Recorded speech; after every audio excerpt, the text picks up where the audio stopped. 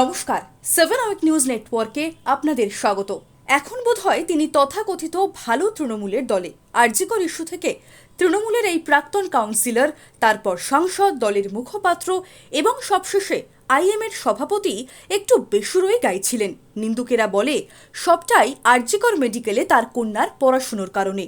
কারণ তার আগে সিঁথি, দমদম, কাশীপুর, বেলেঘাটা এলাকায় এই ডাক্তার শান্তনু সেনকে সবাই আদর করে নাম দিয়েছিলেন স্কোয়ার ফুট সেন। আজ যখন নির্বাচনী বিপর্যয়ের পর তৃণমূল কংগ্রেস কার্যত হাবুডুবু খাচ্ছে দলের অস্তিত্ব বাঁচাতে, সেই সময়ে দাঁড়িয়ে সেই শান্তনু সেন এই বিপর্যয়ের জন্য দায় ঠেললেন সরাসরি দলনেত্রী মমতা ব্যানার্জির দিকেই। দেখুন, প্রথম কথা, আজকের অবস্থানের কারণ যদি বলেন, একটা হচ্ছে প্রথমত মানুষের রায়কে মানতে হবে। আমি 2011-এ জিতে বলবো মানুষের রায় জিতেছি, 2016-এ জিতে বলবো মানুষের রায় জিতেছি, 2021-এ জিতে বলবো মানুষের রায় জিতেছি, আর 2026-এ হেরে গিয়ে বলবো মানুষের রায় হারিনি, সেই হার মানছি না। নির্বাচন পদ্ধতি, কাউন্টিং পদ্ধতি, সেগুলো নিয়ে কিছু বলার থাকতে পারে, তার জন্য আইন আছে, আদালত আছে, কিন্তু মানুষের রায়কে মেনে নিতে হয়। আর দ্বিতীয়ত, যদি আপনি বলেন যে হঠাৎ এরকম কেন হলো, 215 থেকে হঠাৎ 80-তে কেন নেমে গেল, আমার ব্যক্তিগত মত হচ্ছে মানুষ বিশ্বাস করেছে যে তৃণমূল কংগ্রেসের 15 বছরের সরকারে, বিশেষ করে শেষ দিকে, এমন কিছু কাজ হয়েছে যেগুলোকে সমর্থন করা যায় না। এবং আমি ব্যক্তিগতভাবে মনে করি এরকম বহু কাজ, যে কাজগুলোতে আমার মতো কিছু হুইসেল ব্লোয়ার হয়তো ছিল, তারা সেই জিনিসগুলো, সেই অন্যায়গুলো, সেই দুর্নীতিগুলো সরকার বা দলের সামনে তুলে আনার চেষ্টা করেছিল, যেমন আমি চেষ্টা করেছিলাম আমার জীবন। কিন্তু সেসব ক্ষেত্রে সেই দুর্নীতিগুলোর বিরুদ্ধে সেগুলো আটকানোর চেষ্টা না করে, যারা অভিযুক্ত তাদের বিরুদ্ধে ব্যবস্থা না নিয়ে, তদন্ত না করে, উল্টে যারা তার বিরুদ্ধে সোচ্চার হয়েছিল বা যারা সেগুলো জনসমক্ষে এনেছিল, জনসমক্ষে নয়, দলের সম্মুখে। আমি আবার বলছি, আমি কিন্তু আরজিকরের ঘটনা সেই সময় কোনো মিডিয়াকে বলিনি, দল এবং সরকারকে বলেছিলাম। কিন্তু আমার মতো যারা এই জিনিসগুলো দল এবং সরকারকে জানাতে চেয়েছিল, ভালো চেয়ে যে এগুলো বন্ধ করা হোক, উল্টে তাদের ওপরই খড়গহস্ত হয়ে কাউকে সরিয়ে দেওয়া হয়েছে, কাউকে সাসপেন্ড করা হয়েছে। আমি যেমন নিজে প্রথমে আরজিকরে প্রতিবাদ করায় আরজিকর থেকে সরিয়ে দেওয়া হয়, তারপর 15-14 মাস আমাকে সাসপেন্ড করে রাখা হয়। এই সমস্ত জিনিসগুলো মানুষ ভালোভাবে নেয়নি, তার কারণেই তার এই প্রতিফলন। দেখুন, গণতন্ত্রের সংখ্যাটা শেষ কথা, আপনাকে এটা মানতে হবে। 294টার মধ্যে 208টা আসনে ভারতীয় জনতা পার্টির বিধায়করা জিতেছে, তাই সংখ্যাধিক্যে তারা আজকে সরকারে এসছে। ঠিক একইভাবে 80 জন বিধায়ক যারা ঝোড়াফুলের প্রতীকে নির্বাচিত, তাদের 2/3 সংখ্যাটা হচ্ছে 53, কারণ 2 জন এর মধ্যে বহিষ্কৃত। সেই জায়গায় দাঁড়িয়ে 60 জন বিধায়ক যদি এক জায়গায় এসে কোনো একটা সিদ্ধান্তে আসে এবং সেখানে প্রত্যেকে নিজেরা সশরীরে উপস্থিত থেকে সই করে, যদি সশরীরে সেই তাদের যে রেজলিউশন, সেটা যদি মহামান্য অধ্যক্ষ মহোদয়কে দেয়, তাহলে প্রক্রিয়াগত দিক থেকে তো আপনি এটাকে ভুল বলতে পারেন না। দেখুন, একটা বাড়ি তাসের ঘরের মতো ভেঙে যাচ্ছে, বাড়ির মালকিন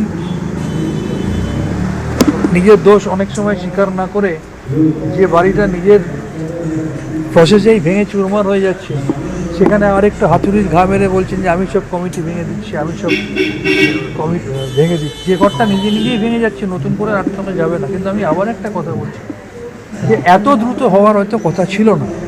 এখনও গতকাল সবে 1 মাস হয়েছে, ভোটের রেজাল্ট বেরিয়েছে, এখনও ভোটের কালিটা শুকোয়নি, ভোটের কালিটা এখনও মিলিয়ে যায়নি, দলটা মিলিয়ে যাওয়ার মতো অবস্থা।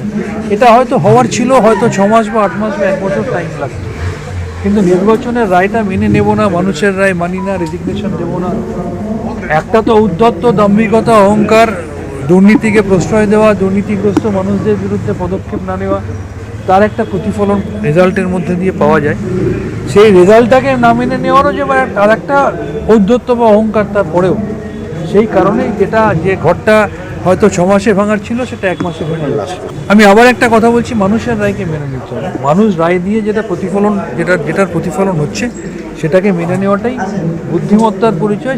সেটাই কোনো একজন রাজনৈতিক ব্যক্তিত্বের হওয়া উচিত, তার কারণ মানুষ রাজনীতিটা করে মানুষের জন্য। সুতরাং আপনি নির্বাচনের আগে পর্যন্ত মানুষকে আপনার মতো করে বোঝানোর চেষ্টা করুন। আপনি কালোকে সাদা বলার চেষ্টা করুন, সাদাকে কালো বলার চেষ্টা করুন, যেটা মুখপাত্র হিসাবে আমাদের অনেক সময় করতে হয়েছে। মন না সাইনাই দিল, সাই না দিল, অনেক অনৈতিক কাজকে আমাদেরকে ডিফেন্ড করতে হয়েছে, সেই সময় দলের মুখপাত্র ছিলাম বলে। কিন্তু মানুষ যখন রায় দিয়ে বুঝিয়ে দিয়েছে যে তোমরা যেগুলো বলছো, ধরে ফেলেছি, সেগুলো মিথ্যা, আসল সত্যিটা আমরা জানি, তখন সেটা মেনে নিতে হবে। কোনো একজন প্রাক্তন শিক্ষামন্ত্রীর বান্ধবীর বাড়ি থেকে যখন কোটি কোটি টাকা পাওয়া যাচ্ছিল, সেই দিন আমি কোনো একটা বহুল প্রচলিত বাংলা সংবাদ মাধ্যমের সন্ধ্যে 8টায় যে একটা খুব বড় শো হয়, নামটা আর বলছি না যেহেতু অনেক চ্যানেল আছে, সেই সময় আমি লাইভে ছিলাম, তখন সন্ধ্যে 8:20 বা 8:25 বাজে। সেই জিনিসটা দেখাচ্ছে খাটের তলা থেকে কোটি কোটি টাকা উদ্ধার হচ্ছে, আমি তখন শোয়ে বসে আছি, মন সাই দিচ্ছে না, বাড়ি থেকে হোয়াটসঅ্যাপে মেসেজ আসছে যে এরপরেও তুমি এগুলো কী করে সমর্থন করো, কিন্তু গায়ে জার্সিটা ছিল তাই আমি ডিফেন্ড করে গেছি আমার সাধ্য মতো, কিন্তু মন সাই দেয়নি। Bureau report 7 hour news network.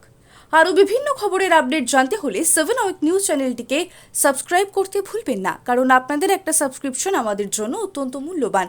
এবং সেই সঙ্গে আমাদের হোয়াটসঅ্যাপ চ্যানেলটি ফলো করতে এবং আমাদের ওয়েবসাইটটিকে ভিজিট করতে একেবারে ভুলবেন না কিন্তু। জয় Hind.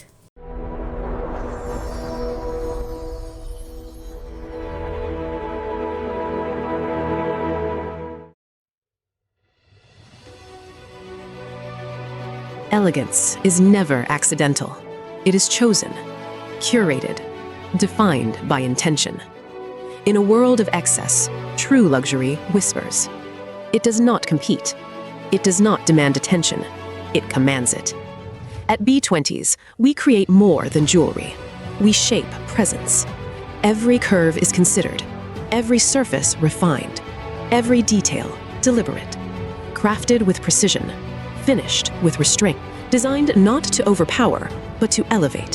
Because luxury is not about display, it is about distinction. The quiet confidence of gold against skin, the subtle brilliance of light catching a movement, the harmony between strength and grace.